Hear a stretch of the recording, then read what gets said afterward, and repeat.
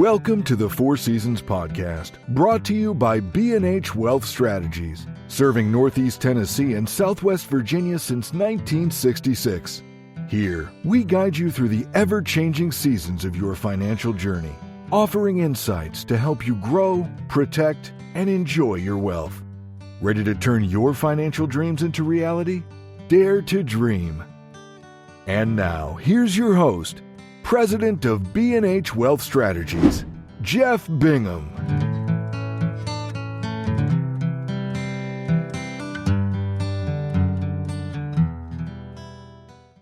When markets rise, people feel richer. But what happens when competing economic theories collide with real-world behavior?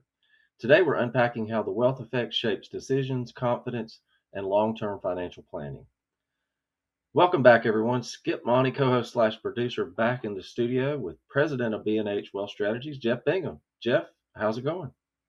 It's going great. Skip, how are you doing on this as we're at least recording? This is the day before the 4th of July and America celebrating its 250th birthday. So, I'm yeah. doing great and excited to be Yeah, me celebrating too. the 250th.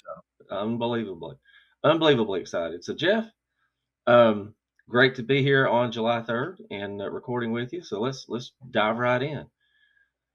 So today's question is the wealth effect, part 2. We've actually covered this a little in our last recording. Is this really a battle of economic ideas? Why don't you walk us through that and what that means? yeah, I mean, to kind of go through and think about, how does it work? What does it really mean? And like I said, we touched on this in another episode. So hopefully folks that'll watch this will try to tie these two together, but I'll walk back through what it is. The wealth effect is that when people feel wealthier, they tend to be happier. That seems to be obvious, right? But they also, tend to be more comfortable in increasing maybe their lifestyle and your purchases and probably gifting and all of those kind of things that they do. So we don't just leave it as a consumerism, but citizens, if you will, feel better. And the wealth effect, it's something that's been around for more than 100 years. The concept has, it was kind of built and out of and brought more into the modern consciousness under Ronald Reagan. It was the assistant Treasury Secretary, and the name will elude me at this moment, but under Donald Reagan was Reagan's chief economic advisor at the time. So anyway, it was a deputy of his. And so, but what it means is that, the better you feel about your net worth, you watch your 401k plans, your investments go up and your homes go up in value. And that's a key element to this that we'll touch on through it, is that you tend to be, the economy works better. People are spending more money. We're certainly a consumer driven economy. It's 70% of GDP or something like that. So you can see the importance of that in driving the American economic engine, comes from the individuals. And so the better off you feel, the better you feel about your net worth, the more you're going to spend. The numbers are about 3 or 4 cents for every dollar of increase in net worth of the wealth effect, if you will, net worth that goes up. You spend about 3 or 4 cents for every dollar that you'll see your portfolio, your home value, your net worth go up. And that's across all fronts, but it's a really skewed valuation when you look at that, because on the middle to working class families, it's really closer to 10 or 11 cents on the dollar. And again, as we talked about this, and this is kind of how we built this, was out of the Trump accounts and investments in the stock market. Well, the market and the ownership of wealth, in stock market assets, let's say, is so skewed to the upper income class. I mean, it's like 10% own, the top 10% own over 50% of all the wealth that's in the U.S. stock market. The bottom 50% own less than 10% of it, or almost none of it. So you can see how skewed those numbers are. So the wealth effect, it comes in the middle to working class families more from home valuations. So that's a really critical element in it. So if you think about it, in many ways, there's your economic there's your clashes, right? There's where your clash takes place. That's where we kind of start talking about the ideas and the question that you had. And it leads also to the things, think about where the wealth effect is. Those that don't own the markets, think about what we've talked about as far as the lack, the affordability crisis, right? The Gen Z and the millennials that we've touched on in the last episode as well. They home ownership is very difficult now. They don't own homes. They're fine. Where do they find the free dollars with the expense of things that are out there to invest in the stock market? So where does the wealth effect come from in that cohort of our nation, right? That those age groups, that cohort that's right there. Because if it comes from mostly from home appreciation, you don't own a home, how do you feel better about it? And again, that's where I'll tell you, and I think the clash begins to happen as we're talking about the economic clash. That's where we see when people are in the situation that, and I think it's true, but I also think we also, in a degree, I mean, this is certainly, you can argue back on this, that people are, it's also thrown in our face all the time that there's an affordability crisis. So we talk about it all the time. I'm not saying that we necessarily manifest and it's not true, but we talk about it all the time. And so we see these problems and we think, and if you skew it and you think about the numbers that I just gave, well, this is capitalism's fault, right? This is the current system's fault that we're like this.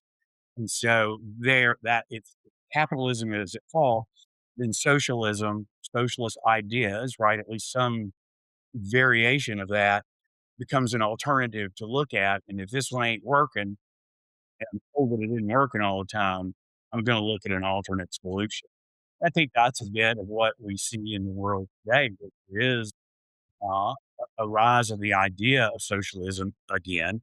And we've seen it with certainly across the country and within different states and different cities, and certainly New York is the place where we would shine the brightest light on that.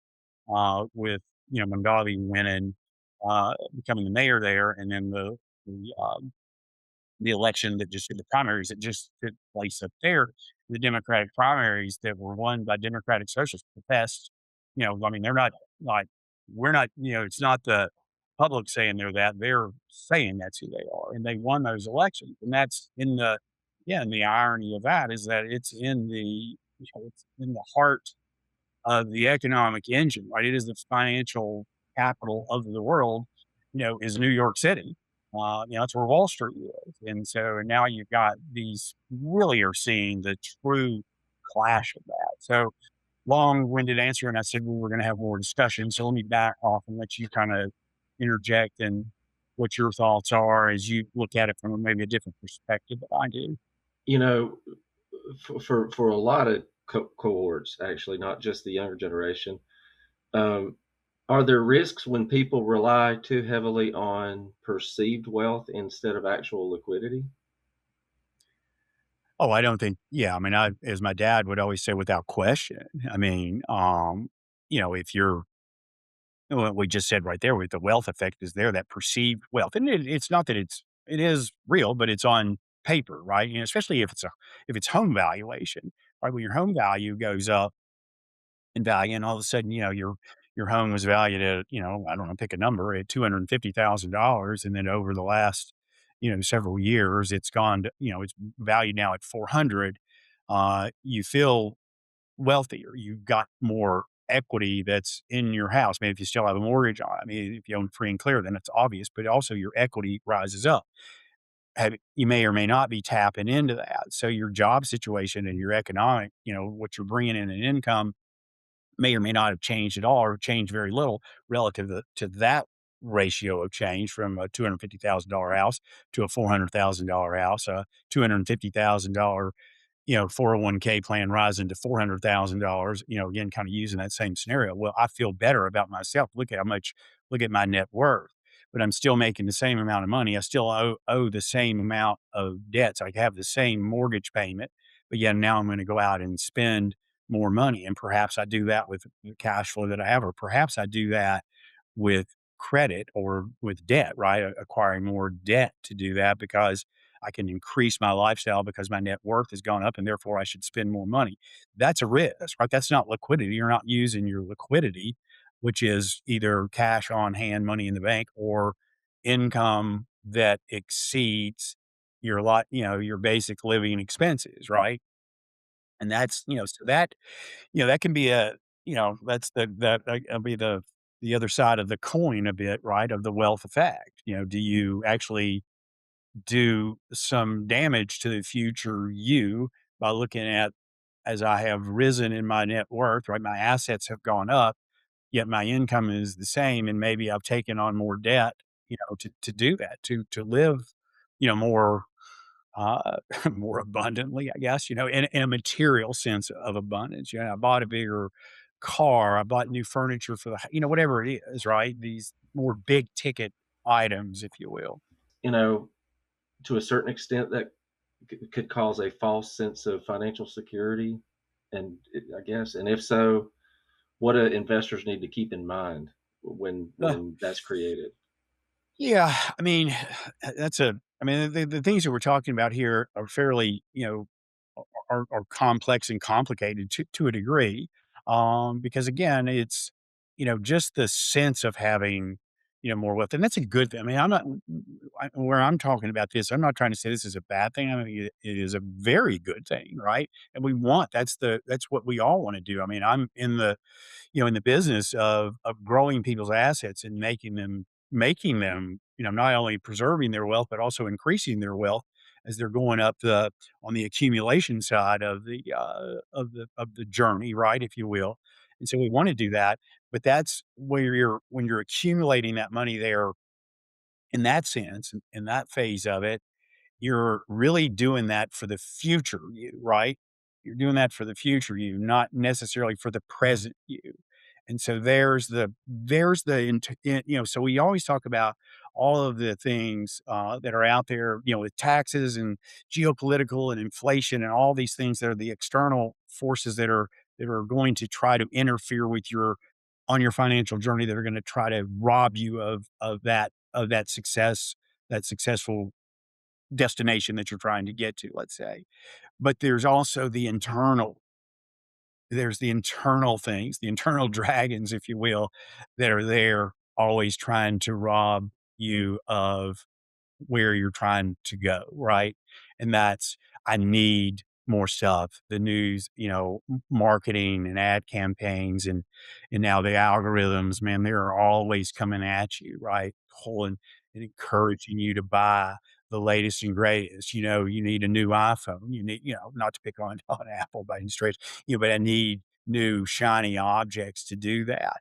And that wealth effect can help bolster that algorithm, if you will, that advertising that's coming at you until you need these things, right? And that the voices in your head, the desire to, well, my neighbor, again, keeping up with the Joneses. There's all kinds of cliches and adages that we can use in this, but it's just true. I mean, we have inside of us, we have the thing, we know the right thing to do, but we also know that the easy thing to do and what we want to do in the present, right? The discipline to do the right thing versus I want to do this, right? To really take care of the current you, your family, your kids, all those kind of things. I mean, that's really, honestly, Skip, that's where more of the battle takes place, more so than it is from all the economic, factors that we were talking about a moment that we typically talk about on here. That battle comes from within each individual. Has for has since the beginning of time. Amen, brother. Well, Jeff, fantastic breakdown of the wealth effect. Thank you for that, especially for us commoners like myself. Appreciate the breakdown, and we will talk again in the next episode. Thanks for tuning into the Four Seasons podcast, brought to you by B&H Wealth Strategies, where your financial success is our priority. Schedule your free 20-minute consultation today by calling 423-247-1152 or by visiting bhretire.com. Take the first step toward making your financial dreams come true. Until next time, remember, every season is the right season to plan for your future. Securities and registered investment advisory services offered through Silver Oak Securities Inc., member FINRA SIPC. B&H Wealth Strategies and Silver Oak Securities Inc. are not affiliated.